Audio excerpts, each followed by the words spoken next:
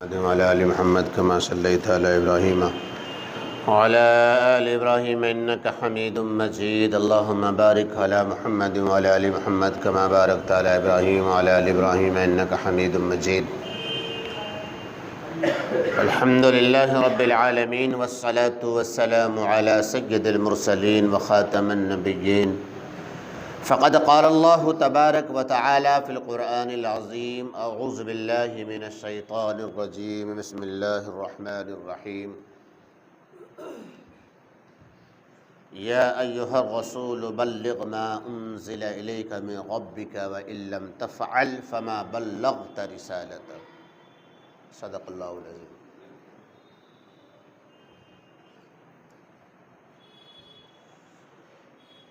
اے میرے پیغمبر، جو کچھ آپ پر آپ کے رب کی طرف سے نازل کیا گیا ہے وہ بندوں تک پہنچا دیجیے. اے میرے پیغمبر، کہ جو کچھ آپ کے رب کی طرف سے آپ کو پیغام دیا گیا ہے، ذمہ داری دی گئی ہے، اور جو کچھ بھی آپ کو ملا ہے آپ کے رب سے، وہ سب کے سب کہاں پہنچائیے؟ اللہ کے بندوں تک پہنچا دیجیے. فما بلغت رسالتہ وإن لم تفعل فما بلغت رسالتہ. اور اگر آپ نے ایسا نہیں کیا تو آپ نے اپنے رب کا پیغام پہنچایا ہی نہیں. جی، یہ آیت کریمہ حضرت محمد مصطفیٰ صلی اللہ تعالیٰ علیہ وآلہ وسلم کے لیے خصوصی طور پر اللہ رب کریم اپنے محبوب و ہم سب کے پیارے آقا حضرت محمد صلی اللہ تعالیٰ علیہ وسلم سے مخاطب ہے کہ یا ایھا الرسول بلغ، اے میرے رسول، اے میرے پیغمبر، بلغ، پہنچا دیجئے لوگوں تک، ما انزل الیک من ربک، آپ کے رب کے طرف سے جو کچھ آپ پر نازل ہوا. وَإِن لَّمْ تَفْعَلْ فَمَا بَلَّغْتَ رِسَالَتَهُ. اور اگر آپ نے ایسا نہیں کیا تو آپ نے کوئی پیغام، آپ نے اس کا پیغام پہنچایا ہی نہیں. اللہ کے نبی حضرت محمد مصطفیٰ صلی اللہ تعالیٰ علیہ وآلہ وسلم اللہ کے پیغام کو اللہ کے بندوں تک پہنچانے میں جو کوششیں کی ہیں، جو محنتیں کی ہیں، جو قربانیاں آپ صلی اللہ تعالیٰ علیہ وسلم نے اس دین کے خاطر دی ہیں، یہ بات امت سے، ہم سے، آپ سے، کسی سے ڈھکی چھپی نہیں. پوری زندگی کبھی آپ صلی اللہ تعالیٰ علیہ وسلم نے سکون کا سانس لیا ہی نہیں. جب آپ پر پہلی وحی نازل ہوئی اور جب آپ کو حکم دیا گیا کہ نبی بنا دیے گئے ہیں آپ، اور اب آپ کی ذمہ داری ہے لوگوں میں چلیے پھریے اور دعوت دیجیے، آپ صلی اللہ تعالیٰ علیہ وسلم نے نہ کبھی ہار مانی، نہ کبھی تھکاوٹ محسوس کی، نہ کبھی کاہلی سستی آپ کے قریب آئی. آپ چاق و چوبند ہو کر اس کام میں لگ گئے. حجۃ الوداع کا موقع ہے، 1,24,000 یا 1,44,000 صحابہ کرام کا مجمع ہے، عرفات کا میدان ہے، اور آپ صلی اللہ تعالیٰ علیہ وآلہ وسلم صحابہ کرام سے مخاطب ہے. حجۃ الوداع کی جو تقریر ہے، حجۃ الوداع کی جو آخری نصیحت ہے، حجۃ الوداع کا جو پیغام ہے، قیامت تک آنے والی بنی نوع انسانیت کے لیے اپنے آپ میں بے نظیر اور بے مثال ہے. کم وقت میں اور کم جملوں میں آپ صلی اللہ تعالیٰ علیہ وسلم نے امت کو اتنا سارا پیغام دیا کہ آپ صلی اللہ تعالیٰ وسلم کے اس خطبے کو اگر کتابی شکل دی جائے تو ایک ایک جملے پر کئی کتابیں لکھی جائیں. جی، اور لکھنے والوں نے لکھی بھی ہیں.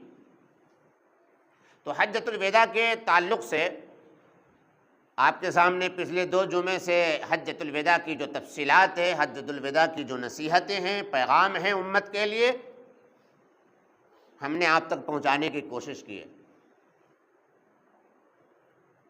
اللہ کے نبی صلی اللہ تعالیٰ علیہ وسلم نے یہ بات ارشاد فرمائی تھی کہ لوگوں، میں زمانے جاہلیت کے رسم و رواج کو اپنے پیروں تلے روندتا ہوں، پامال کرتا ہوں، نیست و نابود کرتا ہوں، مٹاتا ہوں، ختم کرتا ہوں.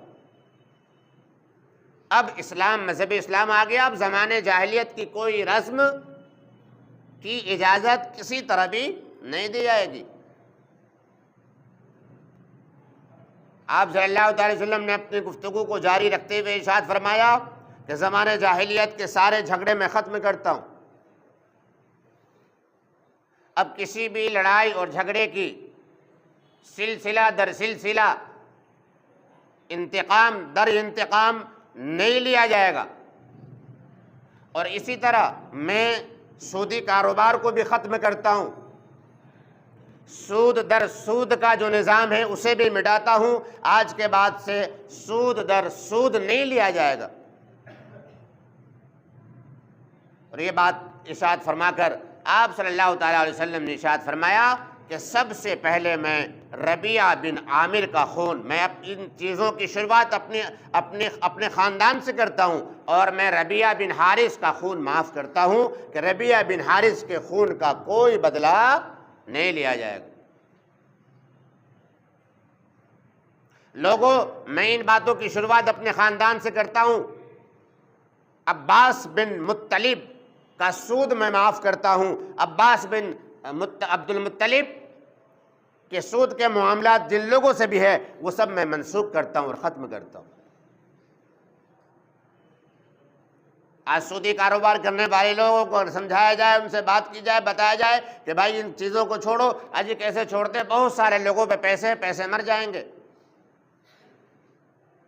ارے بھائی اپنے اصل کو لے لو، ان سے کہو جس کو بھی جو لوگ سودی کاروبار کرتے ہیں، جن لوگوں کو سود دیا ہوا ہے، اگر وہ ان سے کہیں کہ بھائی آپ سے کوئی سود نہیں چاہیے، جو اصل مول ہے وہ ہمیں دے دیجئے، ہمیں کوئی بیاج واج نہیں چاہیے، ایک ٹائم دے دو، اس ٹائم سے پہلے وہ کوشش کرے گا بندہ کہ وہ رقم آپ کو دے دے اللہ کی رضا کے لیے۔ پہلی بات تو ہے کہ مسلمان سے تصور نہیں کیا جا سکتا کہ کوئی مسلمان سودی کاروبار بھی کرتا ہو۔ اللہ نہ کرے کوئی مسلمان ہو ایسا کہ جس نے سود کا پورا تانا بانا پھیلا رکھا ہو۔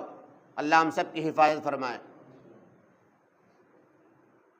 تو آپ صلی اللہ تعالی وسلم نے سب سے پہلے اپنے خاندان سے شروعات کی زمانے جاہلیت کے جھگڑے کو، حارث، عقبہ بن حارث کے خون کو معاف کر کے، اور عباس بن عبد المطلب کے سود کو معاف کر کے۔ اپنے کلام کو جاری رکھتے ہوئے اللہ کے نبی صلی اللہ تعالی وسلم نے ارشاد فرمایا کہ لوگوں،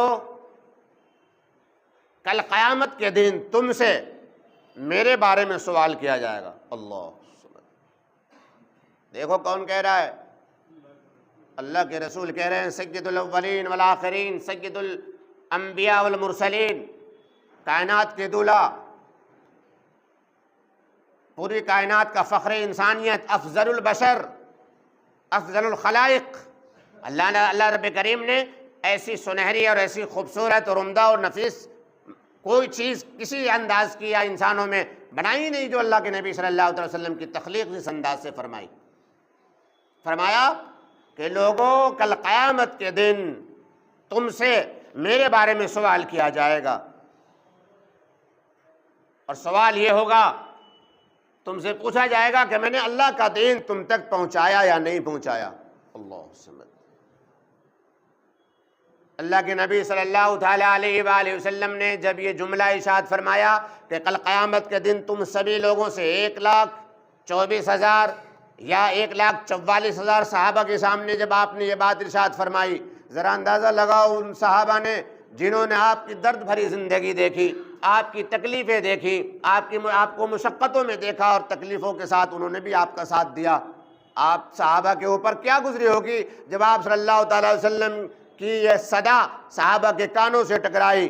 میرے بھائیوں، جب اللہ کے نبی صلی اللہ تعالیٰ علیہ وسلم یہ بات کہہ چکے تو صحابہ نے ایک ساتھ صحابہ کی آوازیں نکلی اور وہ پکار اٹھے، فرمایا قد بلغت وأدیت ونصحت یا رسول اللہ، قد بلغت وأدیت ونصحت، یہ الفاظ ہیں 3۔ فرمایا کہ یا رسول اللہ، آپ نے نبوت کا حق ادا کر دیا، آپ نے دین کو بہت اچھے انداز میں ہم تک پہنچا دیا، اور آپ نے کھرے کھوٹے کو خوب اچھی طرح سمجھا دیا کہ حق کیا ہے اور باطل کیا ہے، کفر و شرک کیا ہے، توحید کیا ہے۔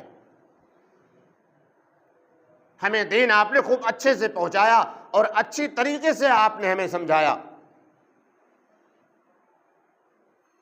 اللہ کے نبی صلی اللہ تعالیٰ علیہ وآلہ وسلم نے جب صحابہ کرام کے مجمع سے یہ جواب سنا تو آپ صلی اللہ تعالیٰ علیہ وسلم نے اپنے سر مبارک کو آسمان کی طرف اٹھایا اور شہادت کی انگلی اٹھائی اور مخاطب ہوئے اللہ رب کریم کی طرف، مخاطب ہو کر کے فرمایا کہ یا خداوندہ اللہم اشہد اللہم اشہد اللہم اشہد، 3 بار فرمایا۔ اللہ کے نبی صلی اللہ علیہ وسلم نے فرمایا کہ اللہ گواہ رہنا، یہ قدسیوں کی جماعت گواہی دے رہی ہے، اے اللہ میں نے تیرا دین تیرے بندوں تک پہنچا دیا، اے اللہ تیرا پیغام تیرے بندوں تک پہنچا دیا ہے، یہ قدسیوں کی جماعت گواہی دے رہی ہے، شہادت دے رہی ہے، اے اللہ تو بھی گواہ رہنا۔ اس کے بعد جب آپ خطبے سے فارغ ہوئے تو قرآن کریم کی آیت نازل ہوئی، الیوم اکملت لکم دینکم واتممت علیکم نعمتی ورضیت لکم الاسلام دینا، کہ آج کے دن میں نے تمہارے دین کو مکمل کر دیا۔ الیوم اکملت لکم دینکم، تمہارے واسطے تمہارے دین کو مکمل کر دیا۔ واتممت علیکم نعمتی، اور میں نے اپنی تمام نعمتیں بھی تم پر پوری کر دی۔ ورضیت لکم الاسلام دینا، اور بطور دین کو مذہب اسلام کے میں نے پسند کر لیا، میں راضی ہو گیا کہ تمہارے مذہب کا نام اسلام رہے گا۔ ورضیت لکم الاسلام دینا۔ اللہ الصمد جب یہ سرٹیفکیٹ ملا اس دین کو، اور جب مکمل ہونے کی جب بشارت دی گئی، جمعے کا دن دوپہر کے بعد کا وقت تھا جب یہ آیت کریمہ نازل ہوئی۔ حضرت ابو بکر صدیق رضی اللہ تعالیٰ عنہ اور حضرت عمر رضی اللہ تعالیٰ عنہ، یہ دونوں صحابی رو پڑے اس آیت کریمہ کو سن کر۔ حضرت عمر سے پوچھا گیا کہ کیوں رو رہے ہیں آپ، رونے کی وجہ کیا ہے؟ حضرت عمر رضی اللہ تعالیٰ عنہ نے فرمایا کہ جب کوئی چیز اپنے کمال کو پہنچتی ہے تو اس کے بعد اس پر زوال آتا ہے، مجھے اس بات کا ڈر ہے کہ اس دین پر، اس مذہب پر کبھی کہیں زوال نہ آ جائے۔ حضرت ابوبکر صدیق رضی اللہ تعالیٰ عنہ بھی رو رہے ہیں۔ صحابہ نے پوچھا کہ آپ کیوں رو رہے ہیں؟ فرمایا کہ پورے 600 سال کے بعد اللہ رب کریم کا بندوں سے رابطہ ہوا تھا، تعلق جڑا تھا، کنیکٹ ہوا تھا اللہ رب کریم اپنے بندوں سے، گویا کہ 7ویں آسمان کا عرش بری کا، عرش کا تعلق فرش سے جڑا تھا 600 سال بعد۔ حضرت عیسیٰ علیہ السلام 600 سال پہلے آئے تھے اللہ کے نبی صلی اللہ علیہ وسلم سے۔ اب جو ہے یہ آیت ہمیں بتاتی ہے کہ اب زمین سے عرش کا جو تعلق ہے، رشتہ ہے، وہ ختم ہو جائے گا۔ اللہ رب کریم اپنا پیغام بھیجتا تھا، اب وہ پیغام نہیں آئے گا۔ اور اس آیت کریمہ میں میرے یار حضرت محمد صلی اللہ علیہ وسلم کی جدائی کا بھی اعلان ہے کہ چونکہ اب دین مکمل ہو گیا، اب آپ کو یہاں دنیا میں رہنے کی کوئی ضرورت نہیں ہے، آپ صلی اللہ علیہ وسلم ہمیں بہت جلد چھوڑ کر چلے جائیں گے۔ حضرت ابوبکر صدیق رضی اللہ تعالیٰ عنہ رو رہے ہیں۔ میرے بھائیو، جب یہ آیت کریمہ نازل ہوئی تو اللہ کے نبی صلی اللہ تعالیٰ علیہ وسلم نے ارشاد فرمایا کہ جو لوگ موجود ہیں، جو لوگ یہاں موجود ہیں، ان تک ہماری ان باتوں کو، ان پیغام کو ان تک پہنچا دے جو موجود نہیں ہیں۔ بسا اوقات جن تک باتیں پہنچائی جاتی ہیں وہ سننے والوں سے زیادہ باتوں کو یاد رکھتے ہیں۔ یہ جملہ آپ صلی اللہ علیہ وسلم نے ارشاد فرمائی۔ آپ صلی اللہ علیہ وسلم نے جب یہ بات ارشاد فرمائی، صحابہ جس کو جہاں جیسے موقع ملا، جو صحابی جدھر کو چاہا، جنہوں نے جس طرف کو رخ چاہا کیا اور نکل گئے۔ انہوں نے اپنی بیویوں کی محبت کو برداشت کیا، بچوں کی محبت کی قربانی دی، کھیت کھلیانوں کی قربانی دی، باغات کی قربانی دی اس دین کے لیے۔ مکہ مدینے سے محبت کس کو نہیں ہوتی؟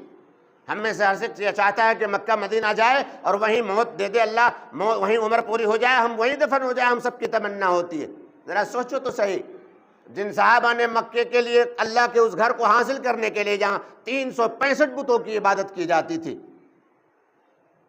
کوڑے کھائے، سولیوں پر چڑھے، گالیاں سنی، اپنے جسموں کو زخموں سے چھلنی کیا، سوشل بائیکاٹ کیا گیا، اس درد کو جھیلا، بھوک کی وجہ سے، کمزوری کی وجہ سے پیٹ پر پتھر باندھے، اتنی محبت تھی اللہ کے رسول سے، مکے سے اور مدینے سے۔ آج اللہ کے دین کی خاطر اس محبت کو قربان کر کر اللہ اور اللہ کے نبی کی محبت پہ، چاہت پر قربان ہونے کے لیے نکل رہے، نکل گئے چین، نکل گئے افریقہ کے جنگلوں کی طرف۔ آج یہی وجہ ہے، آپ مکے چلے جائیں، مدینہ چلے جائیں، صحابہ کرام کی بہت مختصر سی اور تھوڑی سی قبریں ملیں گی آپ کو مکے اور مدینے میں۔ کہاں گئے صحابہ؟ کوئی چین میں لیٹے ہیں تو کوئی افریقہ میں آرام فرما رہے ہیں، کوئی ایشیا کے بڑے بڑے ممالک میں آرام کر رہے ہیں۔ جب آیت کریمہ اتری تو ایک یہودی نے حضرت عمر سے کہا کہ عمر، تمہارے قرآن کریم میں ایک آیت ایسی ہے، اگر وہ آیت ہماری توریت میں ہوتی تو ہم اس آیت کے اترنے والے دن جشن منایا کرتے۔ حضرت عمر نے کہا کہ وہ کون سی آیت ہے؟ تو اس یہودی نے کہا، الیوم اکملت لکم دینکم واتممت علیکم نعمتی ورضیت لکم الاسلام دینا۔ اگر یہ آیت ہمارے ہاں توریت میں ہوتی تو جس دن یہ آیت اتری تھی اس دن ہم عید مناتے۔ حضرت عمر فاروق رضی اللہ تعالیٰ عنہ نے کتنی حکمت بھری جواب دیا۔ حضرت عمر نے فرمایا کہ سنو، جس دن یہ آیت اتری جمعے کا دن تھا، عرفات کا میدان تھا اور ذی الحجہ کا مہینہ تھا۔ وہ مہینہ، وہ گھڑی، وہ لمحہ، وہ جگہ، وہ دن سب مقدس تھے کہ ہمارے یہاں تم ایک عید کی بات کرتے ہو، ہمارے یہاں تو ڈبل عید کی بات تھی۔ کیوں؟ جمعے کا دن ہماری عید ہوتی ہے اور عرفات کے میدان میں حاضر ہونا عید سے بڑی خوشی کا دن ہوتا ہے، عید سے بڑی خوشی کا دن ہوتا ہے۔ اللہ کے نبی صلی اللہ تعالیٰ علیہ وسلم کے اس اعلان کے بعد حضرت عقبہ نکل جاتے ہیں، افریقہ کے جنگلوں کی طرف جاتے ہیں۔ 18 صحابہ ہیں آپ کے ساتھ، 10,000 تقریباً لوگ ہیں آپ کے ساتھ۔ ان کی منشا یہ ہوتی ہے کہ افریقہ کے جنگل میں ہم آبادی بسائیں گے اور یہاں دین کا کام کریں گے۔ ساتھ ہی کہتے ہیں کہ آپ ایسا نہ کیجئے، یہاں تو بہت پھاڑ کھانے والے جانور ہیں۔ حضرت عقبہ کہتے ہیں کہ نہیں، ہم اللہ کے دین کو دنیا کے کونے کونے تک پہنچائیں گے۔ روایتیں موجود ہیں، وہ جنگل جہاں وحشی جانور، درندے، پھاڑ کھانے والے جانور، چیر جانے والے جانور، خطرناک قسم کے سانپ، بچھو، چیتے، شیر، بھالو، اژدہے وغیرہ جنگل میں جتنے جانور ہوتے ہیں سب موجود ہیں۔ کھڑے ہو کر حضرت عقبہ نے جب اعلان کیا کہ ہم اللہ کے نبی حضرت محمد صلی اللہ تعالیٰ علیہ وسلم کے غلام ہیں، ہمیں یہ جنگل خالی چاہیے، ہمیں یہاں قیام کرنا ہے، اللہ کا کام کرنا ہے، میں تمہیں یہ پیغام دیتا ہوں کہ یہ جنگل ہمیں خالی چاہیے، اور ہمارے اس اعلان کے بعد اگر کوئی جانور یہاں دیکھے گا وہ قتل کر دیا جائے گا۔ دیکھنے والوں نے دیکھا کہ ذرا سی دیر میں کیا شیر، کیا اژدہے، کیا چیتے، کیا بھالو، کیا سانپ، کیا ہاتھی، سب اپنے اپنے بچوں کو لے کر جنگل سے نکل گئے۔ اس منظر کو جب افریقہ والوں نے دیکھا، اس منظر کو دیکھ کر بہت بڑی تعداد نے کلمہ طیبہ لا الہ الا اللہ پڑھ کر وہ مسلمان ہو گئے۔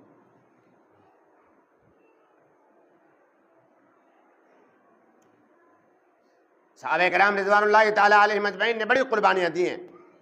اللہ کے نبی حضرت محمد صلی اللہ تعالیٰ علیہ وسلم پر جب یہ آیت کریمہ نازل ہوئی، یا ایھا الرسول بلغ ما انزل الیک من ربک وان لم تفعل فما بلغت رسالتہ، تو اللہ کے نبی صلی اللہ تعالیٰ علیہ وسلم اس دعوت کو پہنچانے کے لیے نہ رات دیکھی، نہ دن دیکھا، نہ گرمی دیکھی، نہ سردی دیکھی، نہ امیر دیکھا، نہ غریب دیکھا، نہ صحت دیکھی، نہ بیماری دیکھی،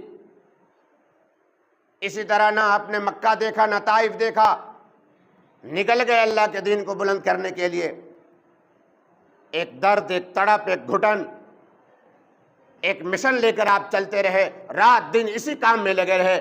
آپ نے اتنی جد و جہد کی کہ اللہ رب کریم جس نے آپ کو یہ دین دے کر بھیجا اسے بھی آپ پر ترس آ گیا، اور پھر اللہ رب کریم نے فرمایا لعلک باخع نفسک الا یکونوا مؤمنین، کہ اے میرے محبوب اگر یہ ایمان نہ لائیں گے تو کیا آپ اپنے آپ کو مار ڈالیں گے، اپنی جان دے دیں گے؟ اللہ الصمد. ایسا درد تھا ہمارے نبی میں، ایسی فکر تھی، ایسی تڑپ تھی. میرے نبی چاہتے تھے، ہمارے نبی یہ چاہتے تھے کہ دنیا میں کوئی بھی بغیر توحید کے، بغیر اللہ کے نہ رہے. اللہ کے نبی، ہمارے نبی چاہتے تھے کہ پوری دنیا اللہ کے ماننے والی بن جائے تاکہ ہمیشہ ہمیں جہنم میں جلنے سے بچ جائے. وہ دین ہمارے پاس ہے، نبی چلے گئے آرام فرما رہے ہیں، لیکن یہ داعی اللہ نے ہمیں بنایا، ذمہ داری ہمیں دی ہے. میں اور آپ سبھی عہد کرے اور نیت کرے، یہ ذمہ داری امت کے ہر فرد کی ہے کہ وہ اس دعوت کو سمجھے اور اس دعوت کو دوسرے تک پہنچانے کا کام کرے اور کوشش کرے، خود بھی عمل کرے اور اوروں کے لیے بھی عمل کا انتظام کرے. اللہ رب کریم سے دعا ہے کہ اللہ رب کریم مجھے آپ کو سبھی بھائیوں کو اللہ کے نبی صلی اللہ